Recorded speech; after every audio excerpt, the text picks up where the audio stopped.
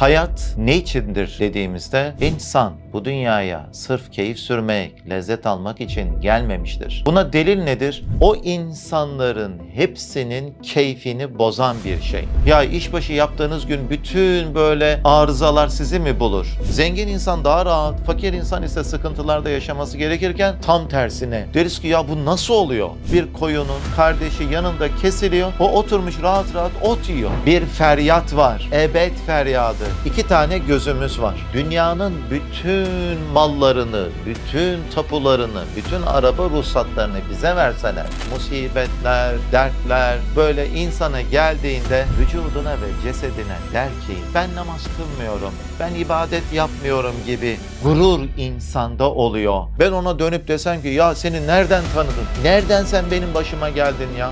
Nereden seni gördüm ya? Nereden beni aradın dese unuttuğun ölüm bak sana çok yakın.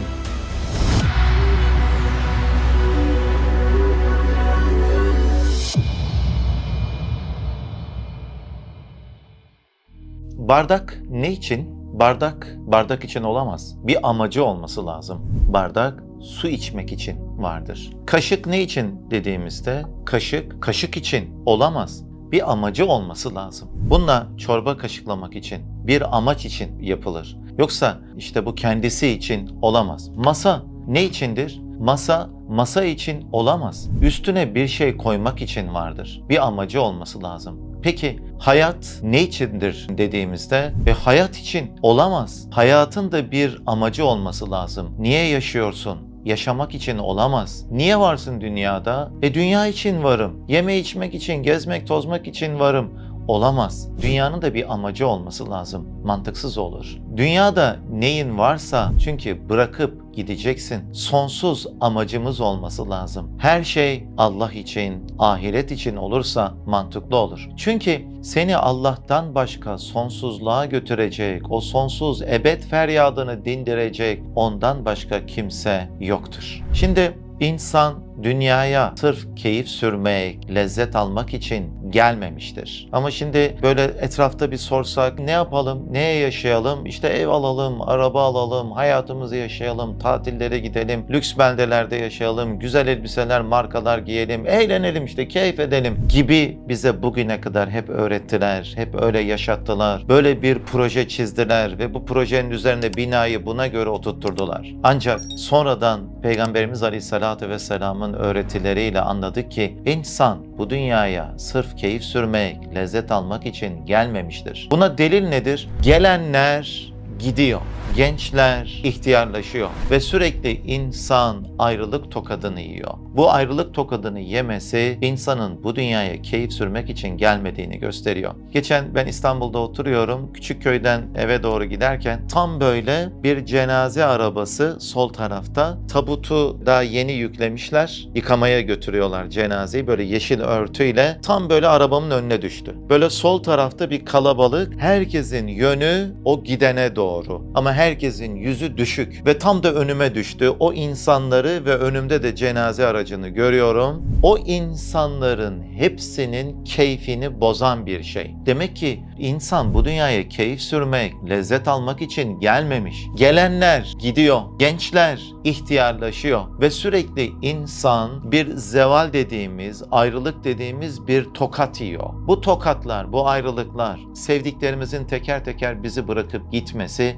bizim aslında keyfimizi, lezzetimizi bozan şeyler. Benim de abim geçen sene vefat etti. 54 yaşındaydı. Hiç tahmin etmezdik. Gencecik bir insan, zıpkın gibi birisi. Çok iyi araba kullanır. Buradan Antalya'ya bir çırpıda gider, gelir böyle. Çok becerikli, maharetli bir insan. Gece yattı, sabah beyin kanamasından 6 günlük bir yoğun bakımdan sonra rahmetli oldu, ahirete gitti. Demek ki istesek de istemesek de sevdiklerimizden bir ayrılık tokadını sürekli yiyoruz. Ve her ayrılıkta insanın keyfini kaçırıyor. Lezzetini kaçıran bir hadise bunlar. İnsan aslında canlıların en mükemmeli. Hani bitkiler, hayvanlar, insanlar dersek insanlar diğer varlıklardan çok üstün mertebede yaratılmış. Ve cihaz cihazatça en zengin. Yani renklerin her çeşidini görür, tatların her çeşidini tadar. Güzel böyle yün yataklarda yatar, temiz yiyecekler yer. Ondan sonra sever, konuşur, işitir, düşünür. Bu kadar muhteşem kapasitelerle, yeteneklerle ki her meslek sahibi aslında bir yetenek demek, bir kabiliyet demek, bir cihazat demek. Allah insanları hayvanlardan, bitkilerden çok üstün seviyede yaratmış. Ve bu insan bu kadar üstün yaratılmışken, sermayesi de bu kadar çokken, yani diyelim 1000 altın sermayemiz var, hayvanların ise 10 altın sermayesi var. Onlar birkaç rengi görür, görmez, belki siyah beyaz görür. Onlar sokakta yatar kalkarlar. Çamurlu su içer, çöpün içinden belki yemek toplar. Bizim gibi böyle hayat konforları yok gibi gözükürken, onlar bizden daha alt mertebede gibi gözükürken, insanlar cihazatça çok zenginken geçmişteki lezzetleri var ama bitmiş. Diyelim 10 gündür çok güzel bir tatildeyseniz, çok da keyif aldınız ama bugün işbaşı yaptınız. Ya işbaşı yaptığınız gün bütün böyle arızalar sizi mi bulur? Arabanın lastiği patladı, sabah onu değiştirmeye çalış, bir taraftan yağmur yağıyor. Trafiğe takılmışsın, işe geç kalmışsın. Böyle onca keyifli bir 10 günün sonunda böyle zorlu bir gün ve akşam eve gelirken de yorulmuşsun, bitkin bir şekilde oturduğunda ya o 10 gün ne kadar güzeldi. O lezzetlerin gitmesi insana acı veriyor. Ve bir de gelecekte hani insan istese de istemese de bazı belalara düşer miyim? Hasta olur muyum? Acaba beyin felci geçirir miyim? Kalp krizi geçirir miyim? Yoğun bakımlara düşer miyim? Acaba arabaya biner kaza yapar, gözlerim ama olur mu? Gibi insanda gelecekteki belaları düşünmek gibi bir şey var. İşte geçmişte lezzetlerin bitmesi, gelecekte de bazı başına gelecek musibetleri, belaları düşünmesi vasıtasıyla hayvana nispeten en edna, en küçük derecede ancak kederli, meşakkatli bir hayat geçiriyor. Aslında mantıken zengin insan fakirlerden daha rahat, daha konforlu geçirmesi hayatını gerekirken bakıyoruz ki fakir insan çok konforlu, çok rahat, çok keyifli. Zengin insan ise sıkıntılar içinde, perişan, böyle soğuk, vitaminsiz evlerde, ondan vitaminsiz kalmış, hastane köşelerinde zayıf düşmüş görsek deriz ki ya bu nasıl oluyor? Zengin insan daha rahat, fakir insan ise sıkıntılarda yaşaması gerekirken tam tersine fakir rahat, zengin sıkıntılıysa burada bir sır var. Arka planda başka bir şey var. Ya sermayece 10 altın değerinde olan hayvanat gayet keyifli. Ya yanında kesiliyor bir koyunun kardeşi yanında kesiliyor. O oturmuş rahat rahat ot yiyor. Ya bu ne geçmişten bir derdi var, ne gelecekten derdi var, ne okulu bitireceğim, diploma alacağım, dükkan açtım acaba işler mi işlemez mi? Ya işte dolar çıktı, altın indi. Hiç böyle bir derdi yok. Keyifli bir şekilde o 10 altın değerindeki cihazatı ile ondan sonra 4 ay aynı elbiseyi giyiyor. Kışın aynı, yazın aynı. Ayakkabıları ise hiç değişmez aynı. O böyle aynı elbiselerle, aynı hayat tarzıyla hiçbir üzüntü yaşamadan keyifli bir şekilde ne geçmişteki lezzetlerden ne gelecekteki belaları hiç onun keyfini bozmaz.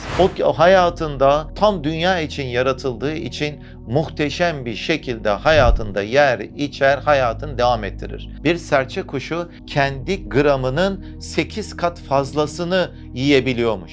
Şimdi 80 kilo bir insan 8 kilo fazlası 640 kilo yemek yediğini düşünsenize ne keyifli bir hayat olurdu. Yani bir hayvan böyle keyifler yaşarken insan bir tabak iki tabak yiyor. 3. tabakta artık her aldığı kaşık ona elem vermeye başlıyor. Geçmişten lezzetlerin gitmesi, gelecekteki belaları düşünmesi, sevdiklerinin teker teker yanından ayrılması ve sürekli ayrılık tokadı yemesi ancak kederli, hayvana nispeten meşakkatli, böyle azıcık bir hayat geçiriyor. Bu neyi gösteriyor? Demek insan bu dünyaya yalnız keyif sürmek ve rahatla, safa ile ömür geçirmek için gelmemiştir. Keyif sürmek için gelmemişiz. Ancak bize bugüne kadar çocukluğumuzdan beri hepinize, bize de işte iyi bir okul bitireceksin, iyi bir iş yerine gireceksin, iyi paralar kazanacaksın, iyi evde yaşayacaksın, iyi araba, iyi tatil, iyi komşular, iyi arkadaşlar, işte ortamlar hep böyle bizi büyütmediler mi? Ve biz de bu hedeflere, bu projenin üzerine binayı tesis hissetmedik mi? Keyif alacağız, zengin olacağız dedik. Bir baktık ki arabamız yoktu. Allah bir dönem bir araba verdi. Hani nerede o keyif? Evimiz yoktu, kiradaydık. Sonra Allah bize bir ev verdi. Hani evi olan, arabası olan, tatile giden keyif edecekti diyorduk. Ancak bir baktık ki bu dediklerinin hiçbirini yaşayamadık. Keyif sürmek, lezzet almak için gelmemişiz biz. Çünkü gelenler gidiyor, gençler ihtiyarlaşıyor. Geçmiş lezzetlerin bitmesi, gelecekte bir sürü belalar korkusu, bizim keyfimizi kaçıran ve sevdiklerimizin de teker teker bizlerden ayrılıp gitmesi bu dünyada keyfimizi kaçıran şeyler. Anladık ki sadece ve sadece güzel yaşamak için, sadece ve sadece rahatla, safa ile ömür geçirmek için gelmemişiz biz bu dünyaya. Niçin geldik? Azim bir sermaye elinde bulunan insan burada ticaretiyle ebedi, daimi bir hayatın saadetine, mutluluğuna çalışmak için gelmiş. Sermaye şu demek aslında. Diyelim benim babam bana boş bir dükkana verse ve dese ki al oğlum sana şu kadar da bir sermaye, bu dükkanda bir şeyler koy, sat ve ticareti öğren, sen de bu işlerde kar elde et dese, bana verilen sermaye işte keyif edeyim, restoranta gideyim, tatile gideyim, otele gideyim diye verilmedi bana bu sermaye. Bununla o dükkanda al-sat yapıp, ticaret yapıp paramı ziyadeleştirmek, birken ikiye, ikiken dörde çıkartmak için verildi bana. Keyif edeyim, harcayayım, elbise alayım, ayakkabı alayım, tatile gideyim, otele gideyim diye bu sermaye bize verilmedi. Ve bize de azim bir sermaye verilmiş. Nedir o? Ömür sermayesi. Her sabah uyandığımızda yepyeni bir sermaye bize veriliyor. Her saat yeni bir altın değerinde sermaye. 24 saat boyunca 24 altın değerinde bir sermaye veriliyor. Ve şu anda vefat edip giden insanlara artık sermayesi bitti, vazifesi çekip gidiyor. Bizim de ne kadar sermayemiz, ne kadar ömrümüz var onu da bilmiyoruz. Aslında bir saat önceye geri dönemiyoruz. Ne kadar bedel ödersek ödeyelim, bir saat önceye gidip de o hayatı tekrardan yaşayamıyoruz. Şu anda var ve geçiyor. Var ve geçiyor. İşte bu verilen sermaye, bu verilen ömür bize ticaret yapalım. Yani bir şeyler verip karlı bir şekilde bir şeyler alalım diye ebedi bir saadeti fani verelim. Öğlen namazı için 10 dakikamızı verelim. Zaten fani, zaten geçecek. Karşılığında Allah'ın rızasıyla ebedi bir saadet alalım diye verildi. 40 lira para verildi. Bunun karşılığında 1 lirasını zekat verelim. Bakın fani bir şekilde aslında harcayıp gidecek bir şeyi biz veriyoruz. O bakileşiyor ve ebedi bir saadete çalışıp orayı kazanmak için verilmiştir. Ve bizim elimize verilen bu ömür sermayesi eğer şöyle olsa, hani hepimiz isteriz. Sağlıklı bir hayatım olsun, iyi bir gelirim olsun, keyif edeyim, lezzetli bir hayatım olsun. Yeri geldiği zaman ondan sonra tatillere rahat rahat gideyim. Günlük bir mesaim olmasın, serbest olayım. İsteriz ya, hadi gelin böyle bir hayat çizelim. İyi bir gelirim var, hatta çalışmasam bile musluğum akıyor ve kira gelirlerim var, pasif gelirlerim var. Bir şekilde harcayacağımdan daha fazla gelirim var, öyle düşünün. Sağlıklıyım, hiçbir problemim yok. Ailem var, çocuklarım var, annem, babam, kardeşlerim etrafımda, hep beraberiz. Böyle gayet rahat, gayet güzel bir hayatımız var. Bu hayat bize geldiği zaman hemen şu olur: bize gaflet vermeye başlar. Gaflet nedir? Aslında uykudur. Neye karşı uyku? Ben bu dünyaya ebedi bir hayatı kazanmak için geldim. Kaşık, kaşık için olamaz. Bunun bir amacı olması lazım. Çorba kaşıklamak içindi. Bardak, bardak için olamaz. Kendi için olmaz. İçine su koyup içeyim diye vardır. Hayat, hayatımı yaşayayım diye olamaz. Kendi için değildir. Başka bir amacı vardır. Çünkü bizim kalbimizde hepimiz bunu biliyoruz ki bir feryat var. Ebed feryadı. Fani olup gitmesini istemiyorum hayatımın. Geçici olmasını istemiyorum. Sonsuzluk istiyorum. Benden ayrılıp giden her şey benim kalbimi dahi ağlatıyor. Ben ayrılık istemiyorum diye ebed feryadımız var. İnsan ununu eleyip astığında hayatı böyle rahat, safalı, geliri var, sağlığı var, akrabaları yanında. Tat ve afiyet insana gaflet veriyor. Dünyayı hoş gösteriyor. Ahireti unutturuyor. Kabri ve ölümü hatırına getirmek istemiyor insan. Ve verilen ömür sermayesini ticaret ile ebedi bir saadeti kazanmak için verilen ömür sermayesini badi heva, boş yere insan sarf ettiriyor. Eğer insanın hayatına bazı meşakkatler, bazı hastalıklar ve bazı amaçlar doğrultusunda hayatında sıkıntılı şeyler de gelse de, mesela günlük yapmamız gereken, Allah'ın bize lütfettiği 2 tane gözümüz var. Dünyanın bütün mallarını, bütün tapularını, bütün araba ruhsatlarını bize verseler, ya kardeşim herkesin gözü var zaten, 16 milyar zaten göz var, 8 milyar insan 2'şer taneden, ya senin gözün eksik olsa ne olur? Bu kadar çok gözün olması benim göze olan ihtiyacımı ve gözümün kıymetini kesinlikle düşürmez. Ve dünyanın bütün tapularını, bütün arsalarını, bütün arabalarını, bütün altınlarını bana verseler, ver şu 2 gözünü deseler, hiç kimse bunları vermez. Bu kadar azim bir nimet, bu kadar kıymetli bir nimeti bize veren Allah'a karşı teşekkür vazifemiz var. Bunca nimetler karşısında şükür vazifemiz var. Namazlar. Evet, bir sıkıntısı var mı? Sabah kalkacaksın, uykunu böleceksin, öğlen işinin arasında, ikindi belki yoldasın, akşam yorulmuşsun, yatsıda uykun gelmiş. Bu arada bir sıkıntı var mı? Evet. O sıkıntılar insana geldiğinde, hususan hastalıklar, musibetler, dertler böyle insana geldiğinde vücuduna ve cesedine der ki ölümsüz değilsin. Başıboş değilsin. Bir vazifen var. Gururu bırak. Seni yaradanı düşün. Kabre gideceğini bil. Öyle hazırlan. Demek ki ununu eleyip asmak, rahat bir hayat insana gaflet veriyor. Dünyayı hoş gösteriyor. Kendini ölümsüz zannediyor. Hep eş dost ölür, bana ölüm gelmez zannediyor. Ancak bir hastalık geldiğinde, bir sıkıntı, bir deprem, bir yangın, bir meşakkat, bir ayrılık başımıza geldiği zaman hemen bize diyor ki la yamut, ölümsüz değilsin. Başıboş değilsin. Bir vazife var. Gururu bırak. Seni yaradanı düşün. Kabre gideceğini bil. Gururu bırak diyor. Ya şimdi sizin bir çorap fabrikanız olsa, ben de sizi ziyarete gelsem, bana dönüp deseniz ki ya işte şuradan birkaç tane çorap al, çocuklarına da al, hediyem olsun götür. Ben şimdi çoraba ihtiyacım olduğu halde böyle sanki kendimi böyle hani çoraba ihtiyacı olan, böyle fakir göstermemek için ihtiyacım olduğu halde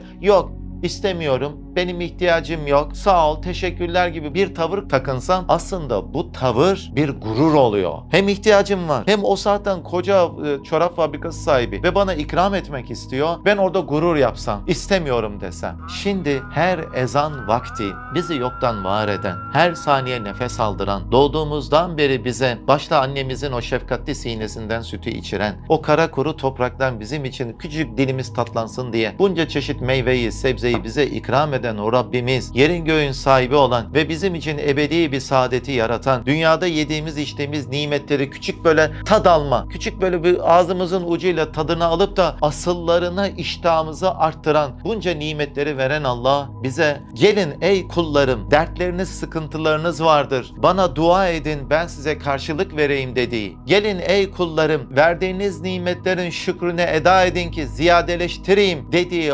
Peygamberimizin bizi davet edip bize Bilal-i Habeşi'nin o müezzinin davetiyle istediklerinizi vereyim dediği halde ben böyle burnumu kaldırıp ben namaz kılmıyorum, ben ibadet yapmıyorum gibi gurur insanda oluyor. İşte hastalık bize bak ölümsüz değilsin. Unuttuğun ölüm bak sana çok yakın. Gözünle görmediğin bir mikrop seni bak yatağa yatırdı ve bir gün gelecek Azrail aleyhisselam da seni kabre yatıracak diye bize ne yapıyor? Başıboş olmadığımızı, vazifemizin olduğunu, gururu bırakmamız gerektiğini ve bizi yaratanı düşünmemizi, kabre gideceğimizi bilip öyle hazırlanmamız gerektiğini, işte hastalık bize nasihatçı oluyor. Ancak aldatmayan bir nasihatçı ve ikaz eden bir mürşit oluyor, yol gösterici oluyor. Ya şimdi ben diyelim Edirne'ye doğru gideceğim ama Ankara yoluna sapmışım ve 10-20 kilometrede gitmişim. Arkadaşım beni arasa, ya dese sen nereye doğru gidiyorsun? Ya Edirne'ye gidiyorum. Gittiğin yol yanlış. Ankara'ya gidiyorsun sen. Dön geri gel. Edirne bu tarafta dese. Ben işte 10 kilometre döndüğümde tam ona karşılaştığımda böyle o bana el sallarken ben ona dönüp desem ki ya seni nereden tanıdım? Nereden sen benim başıma geldin ya? Nereden seni gördüm ya? Nereden beni aradın dese ne kadar manasız olur. Yanlışa giderken beni doğruya doğru sevk etti. İnsan bu dünyaya zannediyor ki ben hayatımı yaşamaya geldim. Dünyamı yaşamaya geldim. Bir daha mı geldim, dünyada yaşayacağım gibi amaçsız bir hayat söylüyor ve bize böyle öğrettiler. Ancak bu mantıksız. Çünkü bardak bardak için olamaz. Bunun bir amacı olması lazım. İçine çay, su koyup içmek için vardır. İnsan da hayatı hayat için olamaz. Dünyası dünya için olamaz. Bizim başka bir amacımız olması lazım. Sonsuzluk isteğimiz, sonsuzluk böyle feryadımızın karşılığı olan ahiret, öteler için çalışmamız lazım. Ancak sıhhat, afiyet, keyifler, mal varlıkları, işte böyle rahatlar bizi bu amacımızdan geri bırakıp mantıksız bir şey olan dünyaya, dünya için, hayata, hayat için çalışmada yıllarca bizi debeledip durduruyor ve yanlış bir projenin üzerine binayı kurduruyor ve sonra Azrail Aleyhisselam'la karşılaştığımızda bir bakıyoruz ki eyvah diyoruz ya, ben yanlış bir projenin üzerine yanlış binayı yapmışım. Şükür yok, zikir yok, ibadet yok, bade heva, ömrüm boşuna gitmiş. Demek ki hastalıklar, musibetler bana, sıkıntılar yanlıştan doğruya gitmeme vesile oluyor. Bu cihette o hastalıklarımıza kimin ne imtihanı varsa, şu anda ne dert taşıyorsa aslında bunların her biri hem sıhhatin hem afiyetin varlığını gösterir. Neden? Çünkü her şey zıttıyla bilinir. Karanlık olmazsa aydınlık bilinmez. Mide harareti olmazsa su içmesi zevk vermez. Açlık olmazsa yemek keyif vermez. Hastalık, musibet olmazsa sıhhat, afiyet bilinmez. Ama bir insan görmezsek biz gözlerimizin kıymetini hayatta anlayamayız. Demek ki ne musibet, ne dert, ne sıkıntımız, ne imtihanımız varsa aslında Allah bununla bize hem güzelliklerin varlığını bildiriyor hem de dünyada gaflete dalmamamız gerektiğini, bize verilen ömür sermayesiyle ticaret yapıp ebedi bir saadeti kazanmamıza vesile olduğunu, hem o sıkıntılar, musibetler bir iğne dahi batsa parmağımıza eğer şikayet etmez, şükredersek, kendimizden daha kötü durumda olanlara bakıp halimizin daha iyi olduğunu düşünüp şükredersek bizim o dakikalarımız saatler hükmüne geçtiğini, daha önce işlediğimiz günahları aslında temizleyen, o kirleri paklayan birer kefaret olduklarını bize Peygamberimiz Aleyhisselatü Vesselam buyuruyor. Demek ki o musibetlerden şikayet değil,